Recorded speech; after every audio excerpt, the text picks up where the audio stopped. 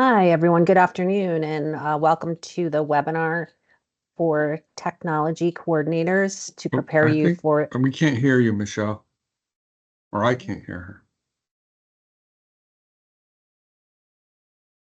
I can hear her. I was Okay. able to hear her. Yeah. Okay, well, I took off my headphones thinking that maybe that was Oh, the thing. there. No, I Okay. got it. My fault. My fault. That's okay. Oh, thanks, Mark, for letting me know.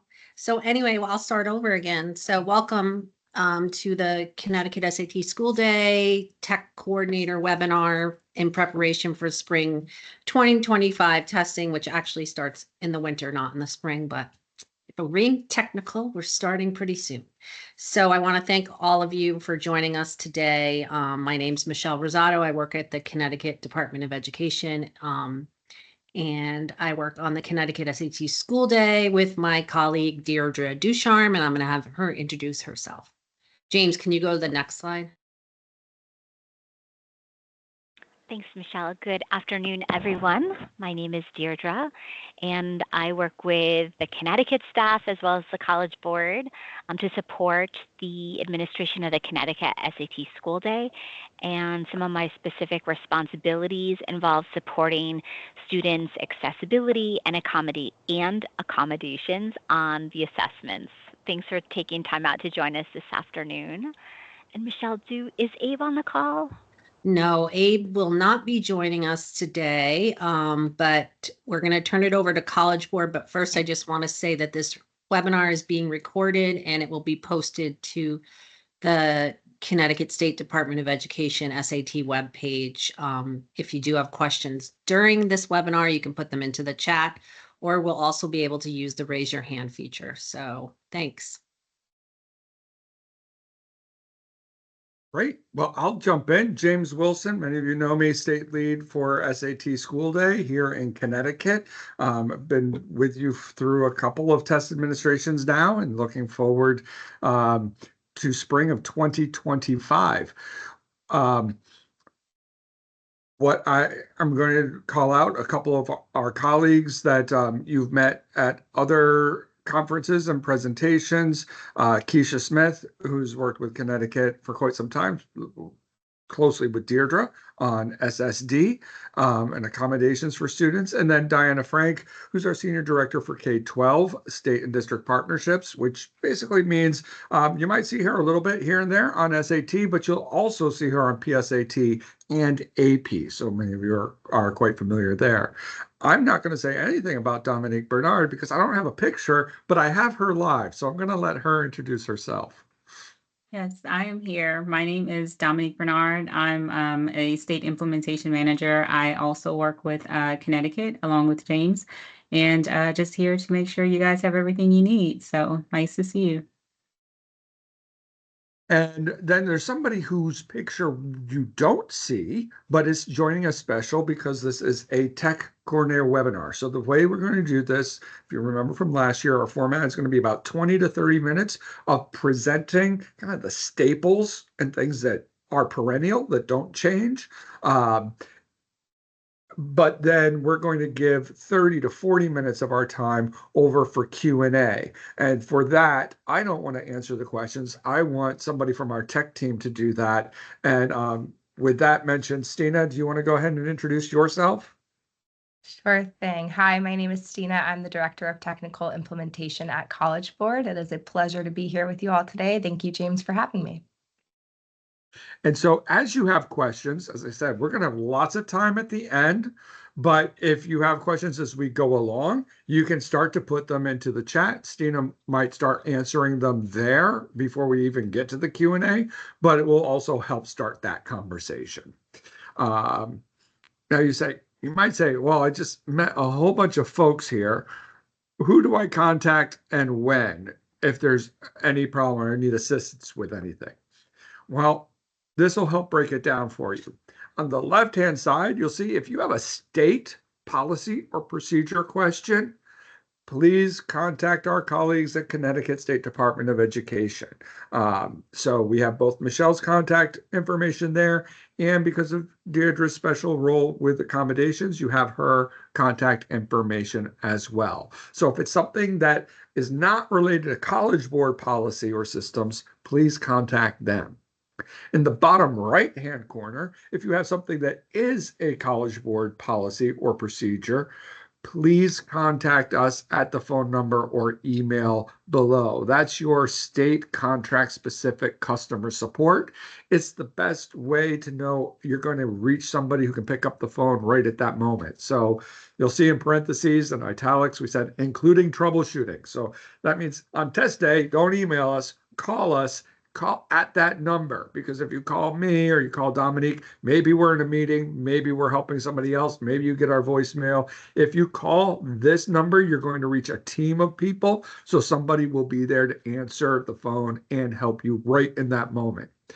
If either Michelle or Deirdre on the state side or our state-specific customer service are not able to answer the question, that will those questions will get elevated kind of to the three-headed hydra there that you have up at the top right-hand corner, the state implementation team who we just introduced you to, and then we'll be in touch and help you out. And another thing too is sometimes maybe the customer support team are able to handle your question, get it all resolved right away. But they're also observing things for, are they getting similar questions all the time? Are there particular drivers for calls or issues people seem to be running into with a particular system? They'll let us know, and then we can maybe create a new resource for you, adjust our training. Sometimes it's even gone into some of the changes that we've made to platforms for this year. So for example, you may have heard, text to speech this year, it's embedded in Blue Book. You don't have to do special configurations on the computer. You don't have to worry about text-to-speech in the operating system or a third-party software. Part of that came from all the feedback that we were hearing through our customer support lines. So that's a little bit of who to contact, when, and how. So those are your teams of support at CSDE and at College Board. You have a team back at your school. So in our earlier workshops in the fall and in our workshops coming up in February for test coordinators where we do the deep dives, we're going to go into all those roles and their responsibilities in incredible detail. But just for tech coordinators to realize, this is the team at your school. The test coordinator is kind of like the general manager of the baseball team, right? And then the other folks are like the first base coach or the batting coach or the pitching coach, each with their specialties. So as tech coordinator, you'll be working obviously very closely with your test coordinator, but also very closely with your SSD coordinator to make sure that assistive technology, all of those pieces are in place for test day. You'll also be supervising your technology monitors, which do not need to be an additional tech person. All they have to be is someone who you have, an adult you have full faith and confidence in, could read and be prepared by basically a one-page troubleshooting guide and can act as a triage for a help room on test day. So say a student's in there, they're taking the test, or they're going to enter their start code and something isn't quite working right. The proctor in that room comes over to help them and they're able to assess quickly, I'm not going to be able to resolve this in 60 seconds. I don't want to delay this student's testing any further. I don't want to create a disruption in this room. I don't want to be distracted from monitoring the other students. I'm going to send this student out and have the hall monitor make sure they get down to the help room where my technology monitor will be able to help them out. The technology monitor, using their knowledge from that one pager from our manuals, will take a look at the problem and maybe they'll say, yes, I can get this resolved here in the next few minutes and get this student back to testing wherever is most appropriate based on your building, right? You might be sending them back to their original room. You might be sending them to a late room. That's for you to decide. But the technology monitor would help them out with that little bit longer issue, or they'd be able to recognize this seems to be a College Board platform issue. I'm going to call that state number that I showed you before and work with College Board to get this resolved. Or they might look and say, oh, this doesn't look like a College Board platform problem. This looks like something's wrong with this computer. The student dropped it on the way to school. The student downloaded some game onto it last night. Whatever it happens to be, then they would work with you, their tech coordinator, to get it resolved. So they're going to be your triage person. And then, of course, Proctor and room and hall monitors, they function kind of as time immemorial. But that's the basic outline. If we need to know who these coordinators are back at your school, Michelle and CSDE also needs to know. So if you have any change in this staff, whether it's the primary or backup coordinator, and regardless of the type of coordinator, whether it's test, tech, or SSD, please send those changes on to Michelle Rosato. The Proctor and monitor changes are made in Test Day Toolkit. And that's done by the test coordinator, and they will get full training on that here very soon in February. Now, before we move on, I did skip a slide about student personally identifiable information. Just want to throw that out there as a critical note. It's going to be most relevant to your SSD coordinator and your test coordinator, but sometimes a tech coordinator might reach out with a problem as well, where they're going to say, I'd like to share some student information with you to help you look up this problem. Please do not share that in writing or an email. Give us a call at the numbers we talked about. If you have a number of students you want to discuss and you're like, wow, it's really not convenient for me to like rattle off all this information on the phone, still call us first and we will work with you on how to share that in a way that adheres to all data privacy parameters that we need to follow. But never just send us anything in writing or email. So, with James, that, I'm sorry. Before we move into the agenda real quickly, I just wanted to share that I have a colleague on with us as well. Her name is Dana Enoch. If you see a response to a question from her in the chat, she is a trusted colleague and you can trust those responses. Just wanted to share with everybody here. Thank you, Stina. Of course. And thank you, Dana, for joining us. So here's today's agenda. We're going to walk through some general tech requirements. We're going to talk about how to install and maintain Blue Book. And that's going to be a big part of our focus because we really have found Test Day Toolkit to be a very stable platform, did not generate a lot of questions or concerns at all in either last fall's PSAT administration or last spring's SAT administration. We'll talk about it briefly, but our main focus is going to be on Blue Book, help you out with some troubleshooting, and then get to that Q&A. So general tech requirements, we're talking about acceptable devices, the power requirements, and Wi-Fi accessibility. So in terms of acceptable devices, they could be desktop, laptop, Chromebook, or full-size tablets. Okay? And those can be personal as well as school-managed devices, with the exception of Chromebooks. Chromebooks must be school-managed, not just school-owned, but actually school-managed. That's because Google, their operating system for Chromebooks is the same as their browser. So they do not allow a separate browser to be downloaded onto their devices unless it is a secure testing browser like Blue Book, and it's being done by school personnel through their Google Admin Console. So if it's a Chromebook, it must be school managed.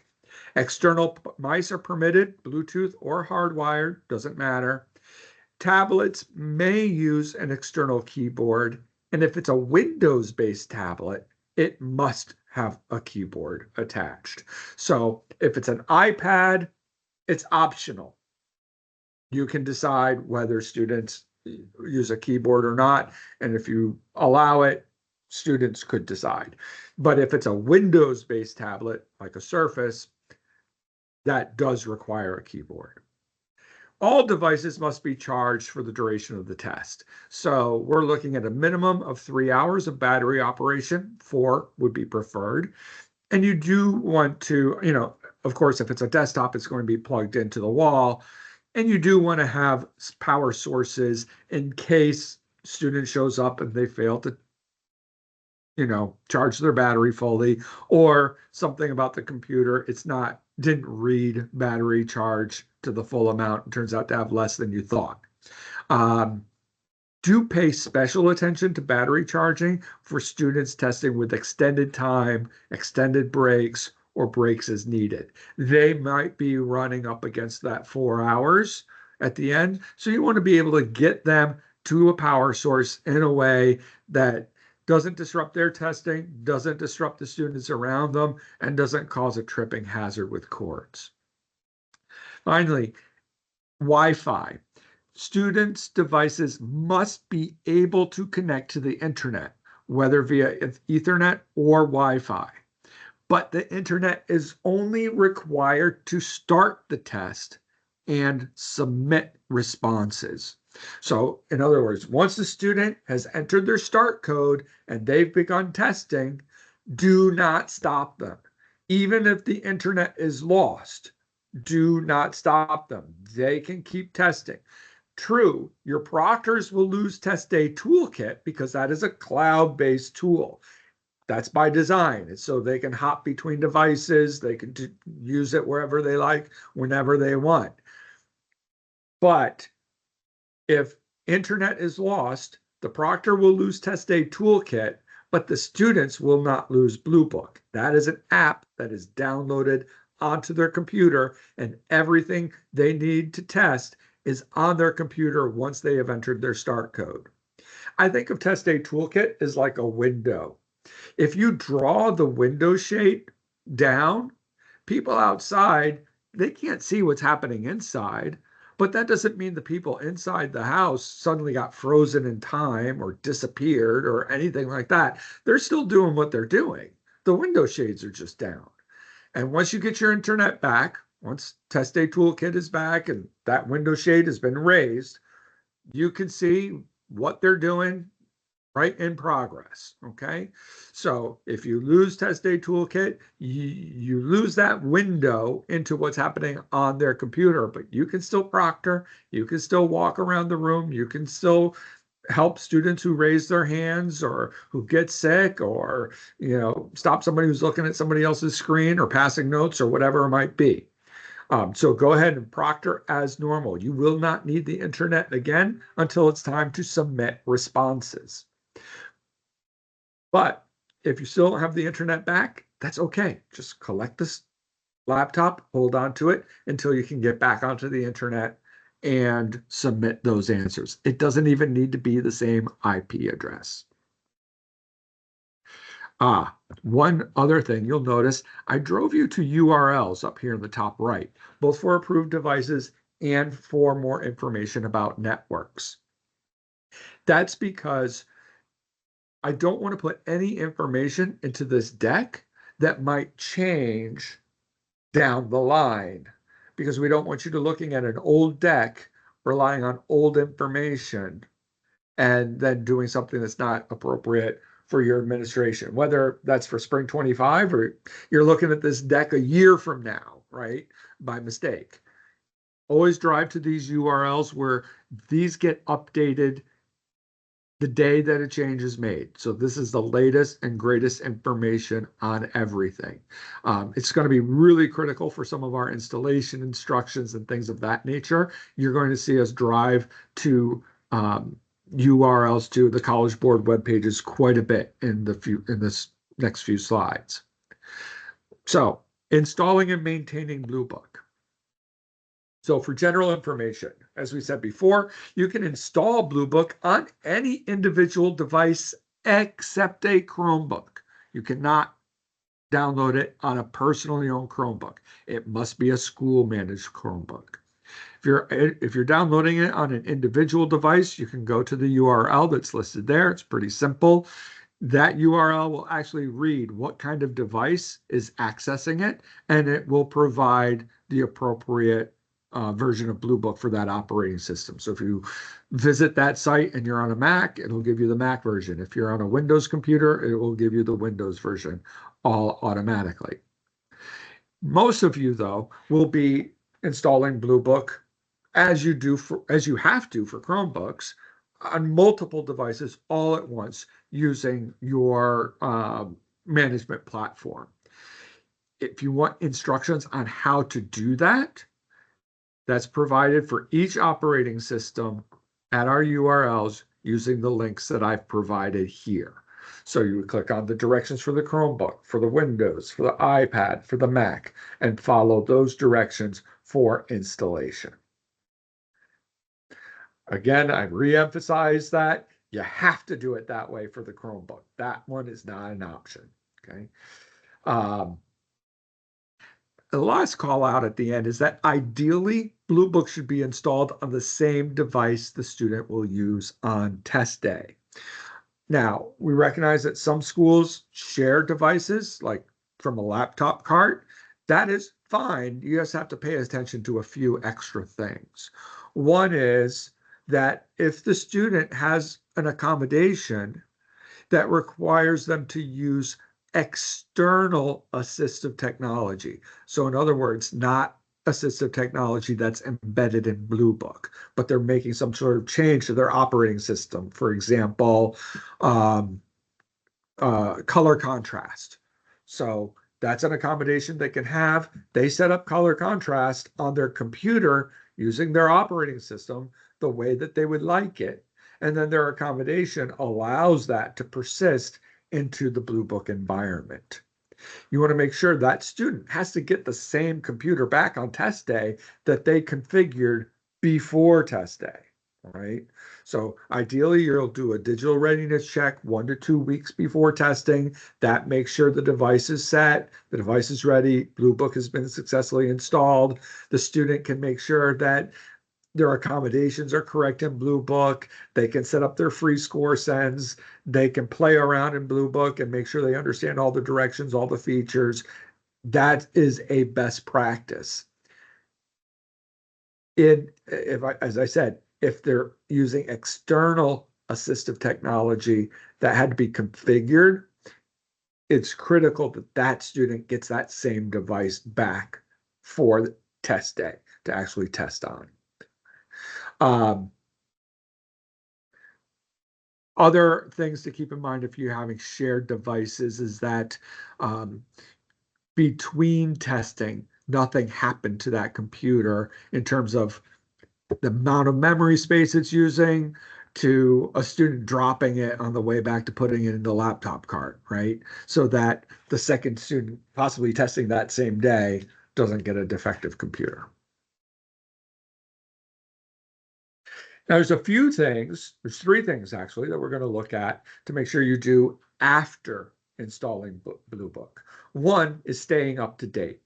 Now, Bluebook, if it was deployed properly the first time, will update automatically every time it's opened.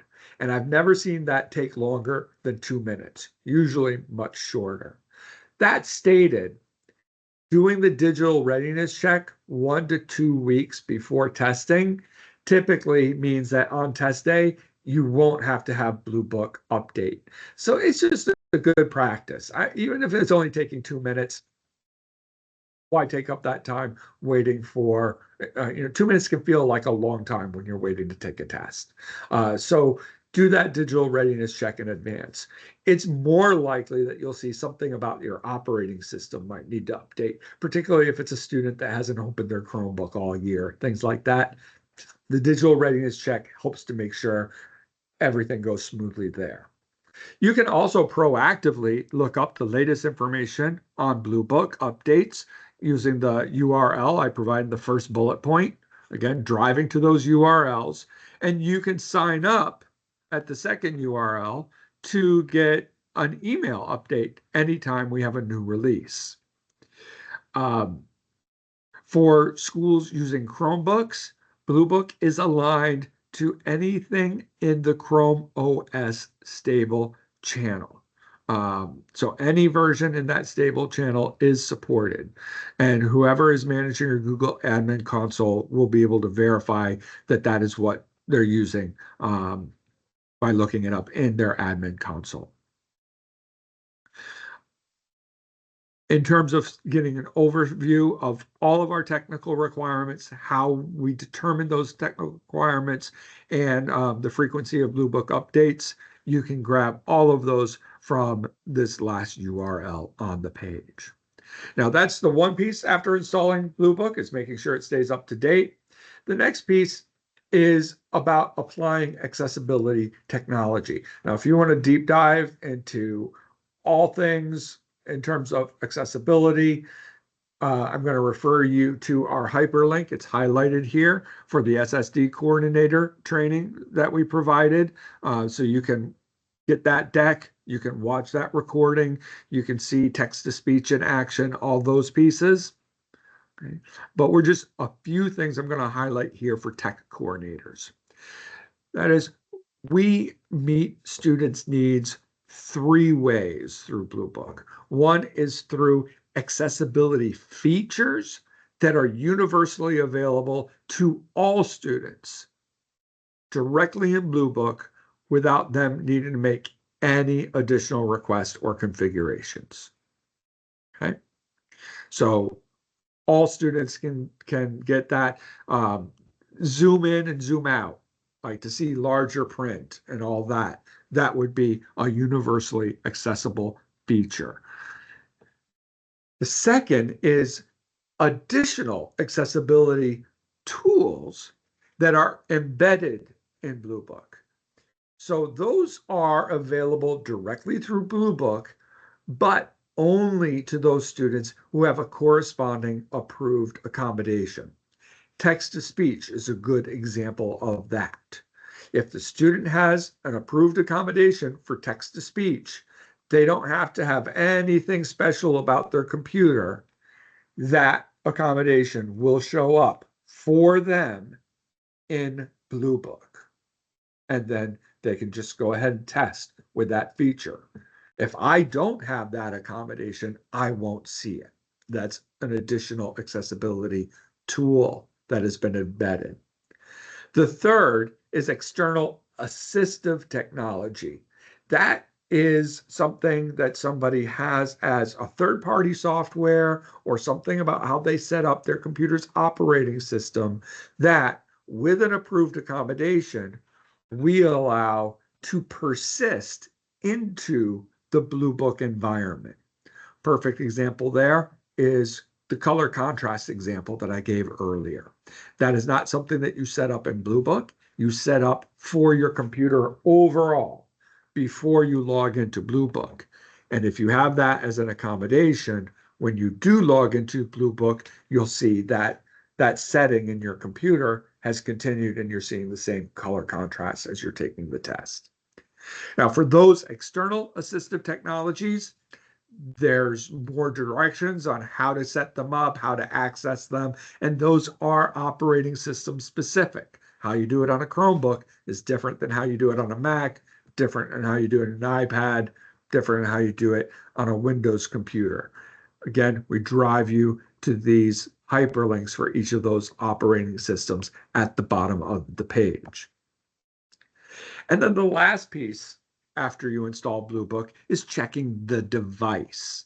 Okay, so I've kept plugging for the digital readiness check. This is really my last big strong plug to please do the digital readiness check 1 to 2 weeks before testing. That will really enable you to see if there's a problem with the device and take care of it prior to test day. Now, the digital readiness check at its most salient is like 5 to 10 minutes, right? We recommend giving a half an hour so that students can spend 20 minutes taking practice questions, seeing where full-length practice test exams are available, all of those pieces. That is ideal. But the 5 to 10 minutes is all it takes to really make sure that the computer and Bluebook is set to go for that student. You might say, well, my students are savvy. They've been taking the PSAT since ninth grade. Do we really have to do that if it only takes 5 to 10 minutes? I would still say yes. And why is that? Well, most computers are going to be absolutely fine. But if you're testing 500 students and, if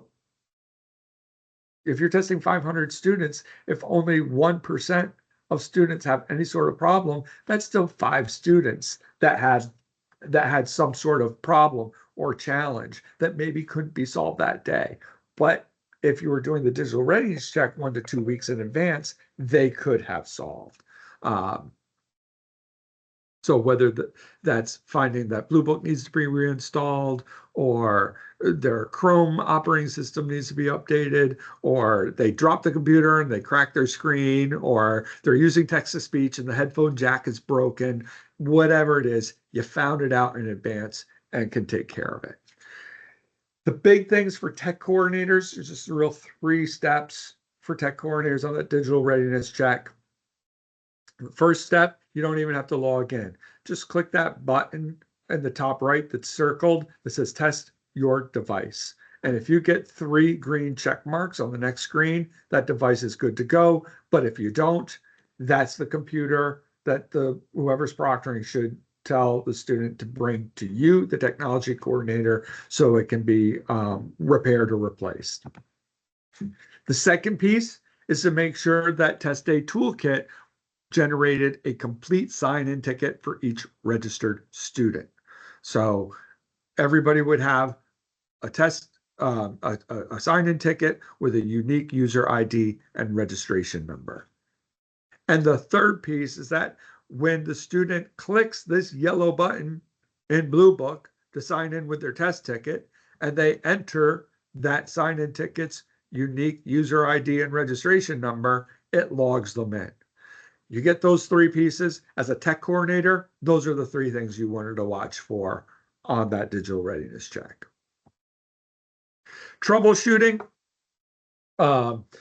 Again, it's that plug for doing the digital readiness check. So you're troubleshooting then. A large part of it will be of troubleshooting will be ameliorated, because it's always better to prevent a problem than to fix a problem, by doing that digital readiness check, by staying abreast of Blue Book and its updates, and I provide those URLs again here, and making sure that your technology monitors are equipped with that 1-pager on troubleshooting I talked about, which will be in the Proctor manual, which will be posted on the CSDE website very shortly. So this week we'll have it up there for them. As I said, Test Day Toolkit is very stable. We rarely see any problems or issues there, but there is a help page within Test Day Toolkit that gives troubleshooting guidance. Remember, if you have trouble with the internet on test day and that connection is lost, don't stop the students. Keep them testing. You don't need the internet again until they need to submit the test.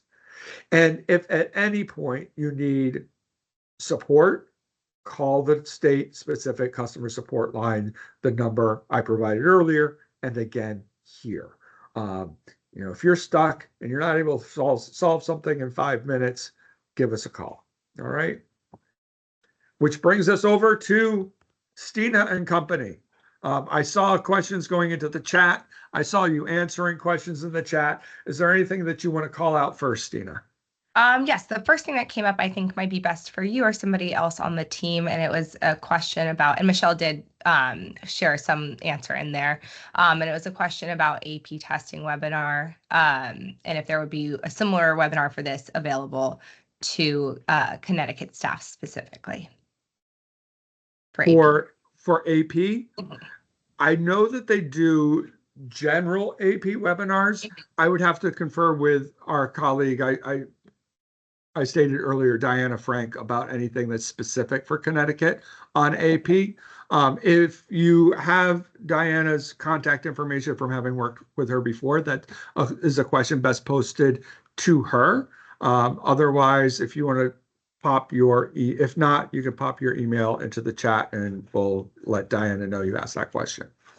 The link that I put in there, the second one is actually, it's got a lot of really useful information, including previews of all the 28 AP digital exams. It has some video trainings about technology that must have been done at another time and they're posted on there.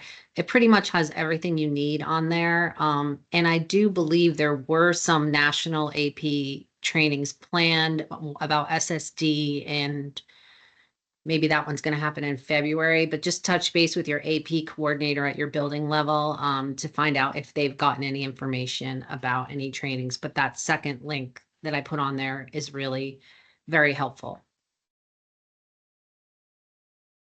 Great. And it looks like they dropped their information in the chat. And beyond that, we'd like to invite people to use the raise their hand to ask questions or pop your questions in the chat. I see we do have Oleg or Alec. Would you like to unmute and share your question with us? Hi, thank you so much, Alec from Stanford Public Schools in Connecticut. James, we actually begun this conversation a few days ago, and it's regarding Chrome Flex OS. I checked the link that you put in there, and it, as you explained, it does say that Chrome Flex OS is not currently supported by College Board. So I was hoping to re-engage with that, and the reason is Chrome Flex OS, just like regular Chrome OS, has a long-term support channel, which is being supported by Google ongoing. Cambium, in a very recent webinar, also explained that they would be supporting Chrome Flex OS as long as Google would be. We have over 1,000 Chrome Flex OS student laptops in service. So I just wanted to make 150% sure that you guys aren't supporting it and it's not some kind of misunderstanding, because in some of my earlier conversations, there was a little misunderstanding on whether Chrome Flex OS had a long-term support channel or not. So yeah, that's my question. Great. And actually, I'm going to steal that question from James. So you are correct. The slides and the information currently is that Chrome OS Flex is not supported at this time. We have taken this up with the Blue Book team and are working with them to understand the need and the impact that this may have. But at this time, it's not supported. And we do not have a timeline for if and when it will be supported at this time. But we are working with internal teams to research that.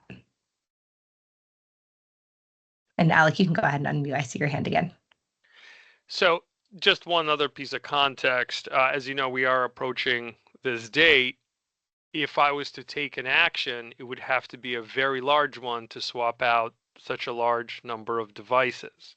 As you recall, during your PSAT administration just in October, Chrome Flex OS, that statement was not on your site. And we had, you know, I would say close to 3,000 students take it with the current devices, and we did not have any functionality issues.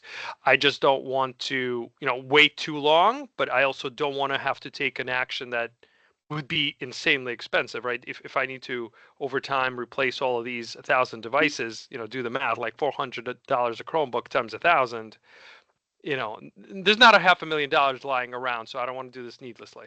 Yes, absolutely. And we are definitely not in the business of trying to make you spend money unnecessarily.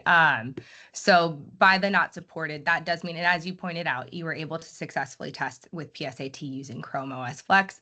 By not supported, we just mean that it has not been fully tested on our end, which is what we are doing with our internal teams now. Just for security purposes, making sure that it aligns with what our requirements are. You might be able to successfully test if you would like to attempt that and you've done it in the past and you feel comfortable doing so. You are welcome to go ahead with that, but we just will not be able to offer any technical or troubleshooting support for that specific OS until it is fully tested.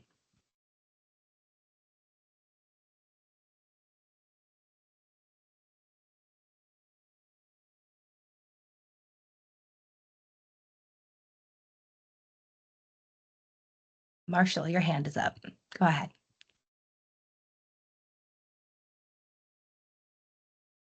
Just give me a second. I have to unmute them. There's another question. Oh, I'm in the sorry. chat. Yes, go Maybe ahead. you can just do that and Sure I don't thing. see anyone with their hand raised though, so. Oh, it must have gone down. All right.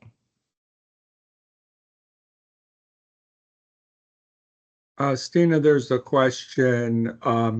Somebody said that they did their readiness check last year, 12 days before, and then there was an update that happened within that gap.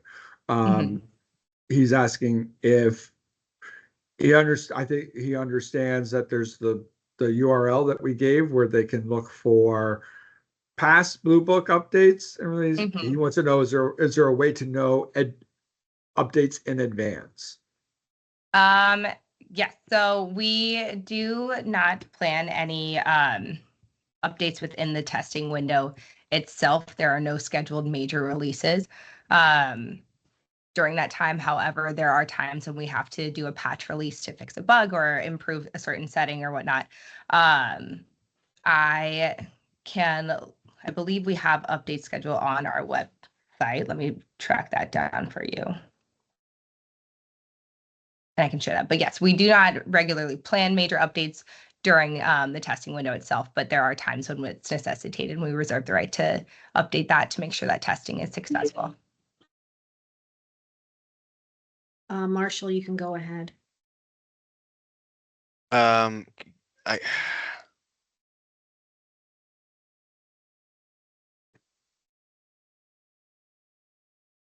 Yeah, I made it so you can unmute. You were just unmuted. Can you hear me? Yeah. Oh, you can hear me. Okay. Yeah. It's not showing inside of in Teams. Okay.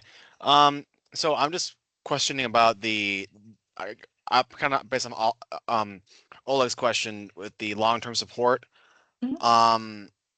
So I moved all of our systems to long-term support back in like October, and right now I'm waiting on the newest version of the LTS, which doesn't look like, according to Google, is coming out until April right now, is what they're showing me. And I don't know, what I want to know is like I have a lot of Chromebooks that are running they're on the long-term support channel now, but I did not roll them back though, because that would have been a complete. I've heard from too many people that it's a nightmare to roll Chrome OS back, so I just didn't touch that. So in terms of functionality, because we did have a couple of issues during PSAT testing where I don't know if it was the internet, I don't know if it was the system itself, but I had a couple Chromebooks that just could not get into Bluebook, and I had some that could. Everyone was able to test, but I just want to know like, to what level is the Bluebook program based on the, like, is it like contingent? How contingent is it on it being on the LTS that it's got to be like, if it's on a certain version, it's just gonna break. Like if we're running on like 129 or 130, which again at this point they should all be stuck at the last version, which should be like 129 or so, which is where I was at. I'm not using LTC right now because I just think LTS is just more stable. So yeah, that's where I'm at with that. No, thank you for your question. I know that that's an experience that many people had. And I'm hoping that my response will make you happy. We have recently gone from only supporting LTS, and now we align always with Google Stable Channel. So as those updates come through and they are added to the Stable Channel, that is a supported OS version for Chromebooks from College Board, and that is based on feedback that we've received from customers, just like you sharing right now, about the difficulties that put into your experience there. So we appreciate you sharing that feedback, and Chromebook now always aligns with the Google Stable Channel. So anybody with access to your Google Admin Console will be able to check if it is aligned with that stable channel, and that will be supported.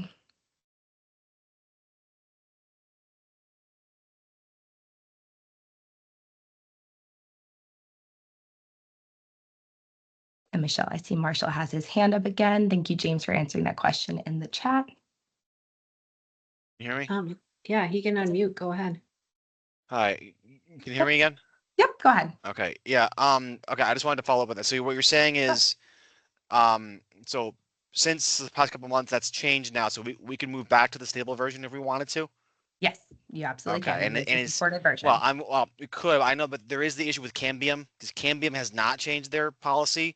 Okay. Cambium is they want you on LTS or LTC because their secure test browser for other state testing is different. But okay, so that's at least one less thing to worry about. But and what you're saying though is the versions of Blue Book going forward will be fully supported on, even if it's on, if they're all right now they're all running multiple different versions because they haven't all updated to 132 LTS yet because that's not till April. Hopefully by then, when April hits, before the SATs happen, before AP happens, because AP's in May. Hopefully by then it'll be less of an issue. So okay, that's good to know. So Yes, thank course. you. Happy to have provided that answer. I know that will be a relief to many. And just to clarify, yes, moving forward, Blue Book and College Board will be supporting the Chrome OS stable channel. Alec, this is definitely a conversation that Deirdre and I can have with Abe. I think it's something where we need to have discussions with both vendors to talk about the lack of alignment, because I know I can imagine that it's very difficult, especially when you're mentioning the problems with your Chromebooks and the amount of Chromebooks you have. I'd like to echo that. Thank you so much, Michelle, for responding. And Alec, we would be happy to take your concerns back to the table internally, especially with the onset of our test window beginning March 3rd. I'm not sure when you're planning to test in Stanford, but I mean, long term, we'll do our best to see if we can have more of an alignment between the technology expectations. But we appreciate your patience and certainly your feedback. Thank you.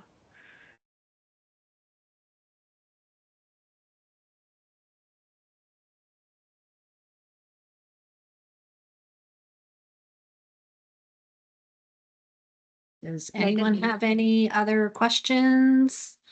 I don't see anything else right now.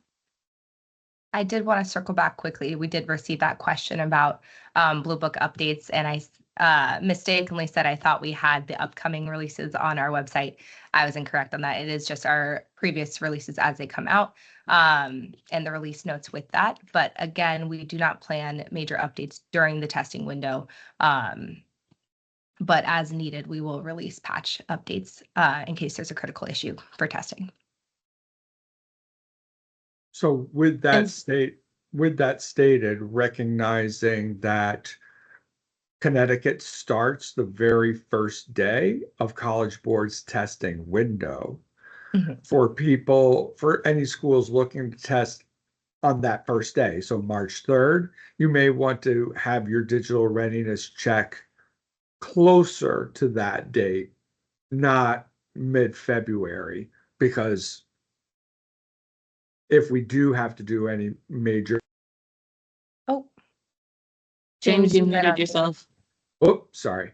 Because if we did have to do any major releases, it would be prior to March 3rd. People who are testing further back in the window, that's less of a concern.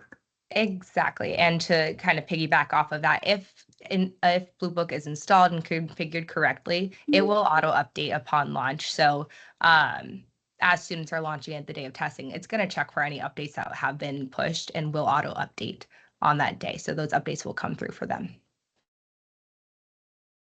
And just to add here, Stina already shared the link there, but if you are concerned about how to keep up with if there happens to be an update, again, we do our best not to schedule updates during a testing window. However, if something is presented that requires a fix, then we are able to move forward with that. Although, like I said, we work very hard not to do so, but there is a way of signing up for updates. That way, if something is being released or has been released, then you can be on that email notification so that you are in the loop with that. So we highly recommend signing up if that's something you're interested in doing.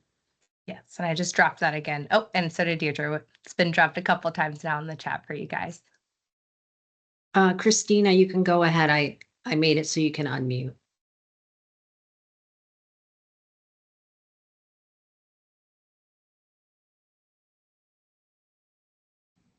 Can you hear me? Yes.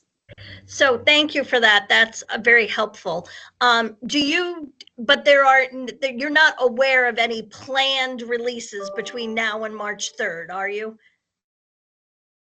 Or So is there a way to find that out? Like, I get once the testing window starts, it was just a real challenge for us last year because even though you say Blue Book updates, the principal at the high school wants no updates to happen the day of testing, and we're testing like 600 kids at once. So we bring every English class down to the library to open the device that they're testing with. We have a blend of district devices and students who bring their own devices, and we have them do a readiness check, every individual kid. So we did that for 550 kids, and then we're told there was another release, and the principal made us go back and bring every kid down again. So I just want to, like, if I know that, you're doing one, probably March 1st or that week, I'm going to wait. We're not March 3rd, but we're the week after that. So I'm just trying to time it to not have to have my whole staff repeat an exercise that takes us a day and a half to do. yes, I can absolutely understand wanting to save a little time you do have in this school environment and not take away from classroom as much as possible. For that, we did just have a release on January 6th. That was our most recent release. And if you sign up using that opt-in form that we just had, that will give you the best and most updated information on any upcoming releases. And yes, continue with that digital readiness check just about 2 weeks before testing. Okay, perfect. Thank you. Of course. Thank you.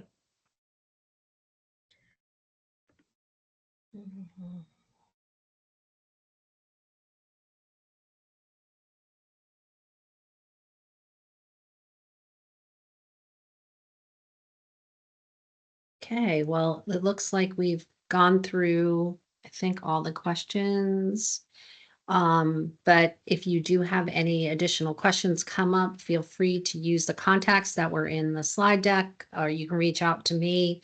Of course, if you're not sure who to reach out to, and I can get your question answered I'll just contact whoever I need to. So I want to thank everybody. Thank you, College Board, for all this great information, and thanks for everyone in the districts for joining us. I hope you all have a nice day. Thanks. Thank you, Michelle. Thank you, everyone. Thank you, everyone. Bye. Bye. Bye.